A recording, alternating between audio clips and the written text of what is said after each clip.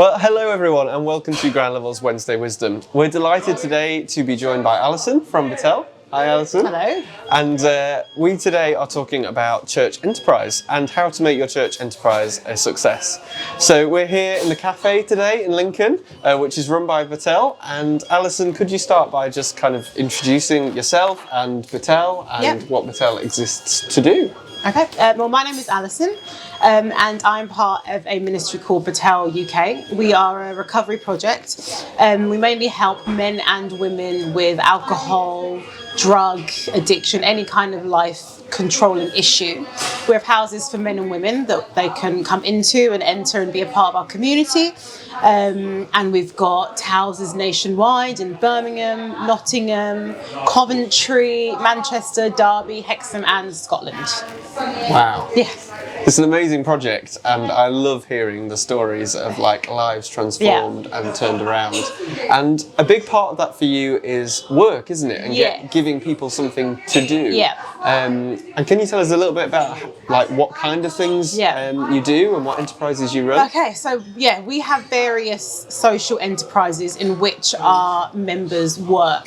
The idea is that we are able to fund our own recovery. We're not government funded.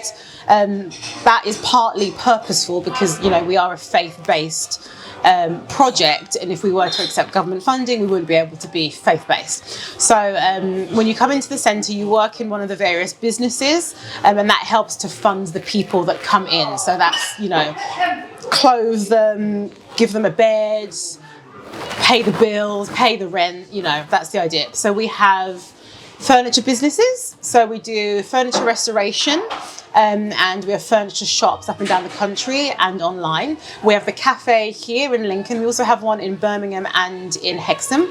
We have a gardens business, so we do garden services, things like that. And so, the various men and women work in different businesses. That's what we do. Yeah. So one of those projects then, Allison, the cafe here in Lincoln, you were quite involved in starting that project. Yes. And how many years has it been running now? Oh my gosh. Like, I want to 3, say 4? No, longer. I want to say 6. Wow. I could be really wrong though, so forgive me if I'm wrong, but I feel like we're about 6 years. Great. And which how is crazy. was that process of starting that enterprise? Crazy. Yeah. Crazy. Amazing, because it was something that we wanted to do for a really long time, and working with food is just a dream of mine. So, you know, to be able to do this and have the space, you know, that was given to us by life, that was just amazing. But also crazy in the fact that, you know, I very much, I look back now and I had no idea what I was doing. And it was very much learning on the go, and learning by making lots of mistakes. So exciting, amazing, but also crazy. Yeah. And would you say that this has been a really successful enterprise and project? Well, Yeah? Yeah, I think so. It's been up and down, you know, just because that's life. And so sometimes business is great, sometimes it's not. But overall, I guess it depends what you determine as your success. So, you know, we go into this, you know, to be honest, we don't make a lot of money from it because the hospitality industry is hard and it's hard to get a profit from it. But it's successful for us in the sense that for our men and women, they feel so, like they love working in the cafe, you know, and I guess our success is lives changed, people touched, you know, and the amount of encounters we've had here, and the opportunities that have been given to the guys and girls, like that is successful for us, and we love it. And people do actually love, you know, I'm kind of playing it down. Like I feel like we do a good job and the food we serve is great and the service we give is great. That's how, you know, so in a business sense, yes, I guess it has been successful, but you know, we measure our success more by our people, you know, and Yeah, and I think that's really a good point for churches as well, in that when you're thinking about what enterprise to start or what an enterprise might look like, that actually the sole goal doesn't have to be to make money, does it? It can be to train people and to give people an opportunity to volunteer and to learn new skills, and actually that in turn is also success, isn't it? Because that builds church and grows your church as well. So. Yeah, no, that's really good. So what would you say, Alison, have been kind of some of the keys or kind of important things in making the cafe what it is today? And kind of, you've got kind of a footprint now, haven't you, in the city? And how would you say you got to where you are now? I think it is because of who we are, definitely. I think it's, the stories of the men and women, the reason behind why we do what we do, people love that. And I actually think that what we do is magical in the sense that we have women who were prostitutes, women who couldn't look after themselves or their own children. We've got men who were homeless and have been told that they will amount to nothing, and they are the team who are running a professional kitchen, a professional business.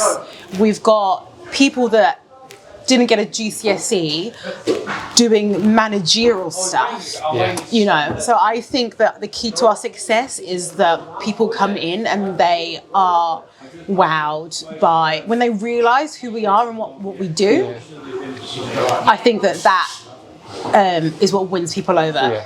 I still do think we serve great food and, that, of course, we have that, but I think that ultimately people love who we are and they love to support that. Yeah, and I think you've built something really unique here, haven't you? There's nothing like this anywhere else in the city.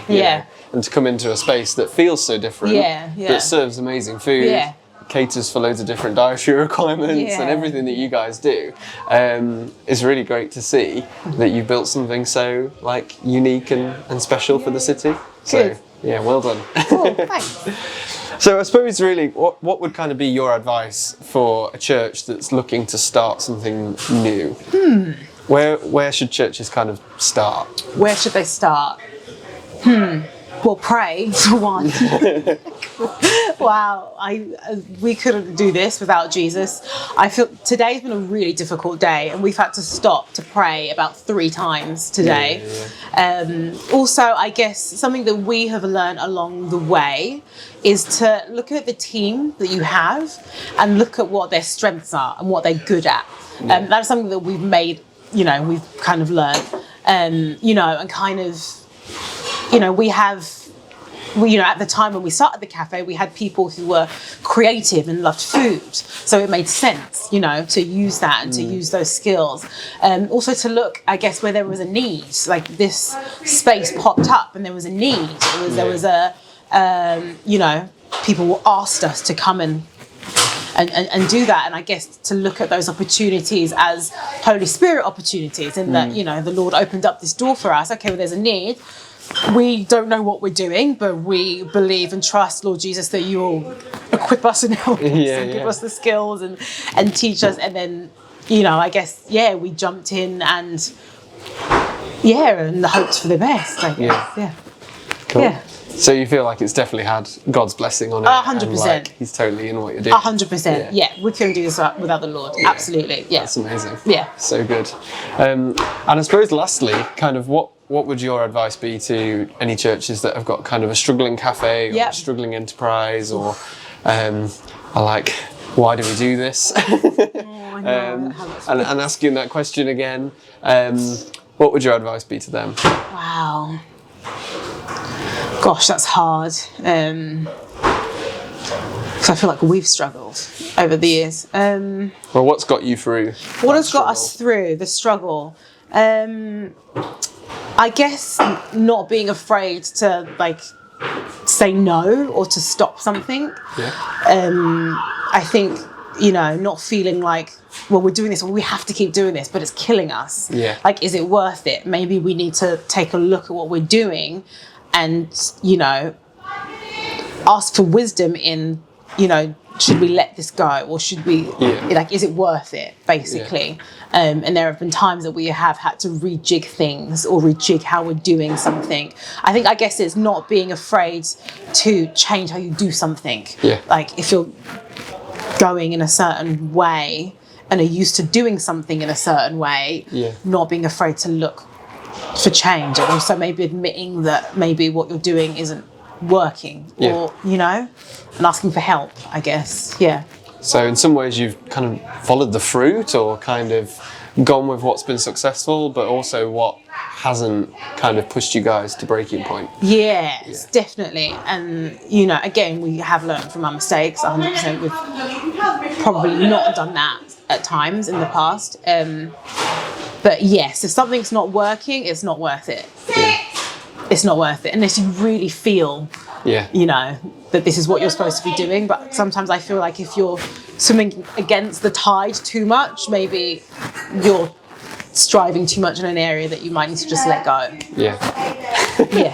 No, I'm sure that's helpful for people, and sometimes you need that permission to just say, let's call it. Don't you? It's okay. And it hasn't worked. No one's going to tell you that you failed, or that exactly. Because actually, maybe it's just that there's something else for you to step into. So definitely. no, that's really good. Great. Well, thank you so much for your time, for your wisdom. Thank you for taking the time at the end of a very busy day. Well, thank you so much for joining us for our Wednesday Wisdom today. And we hope that's been useful and beneficial to you, and we hope to see you again soon.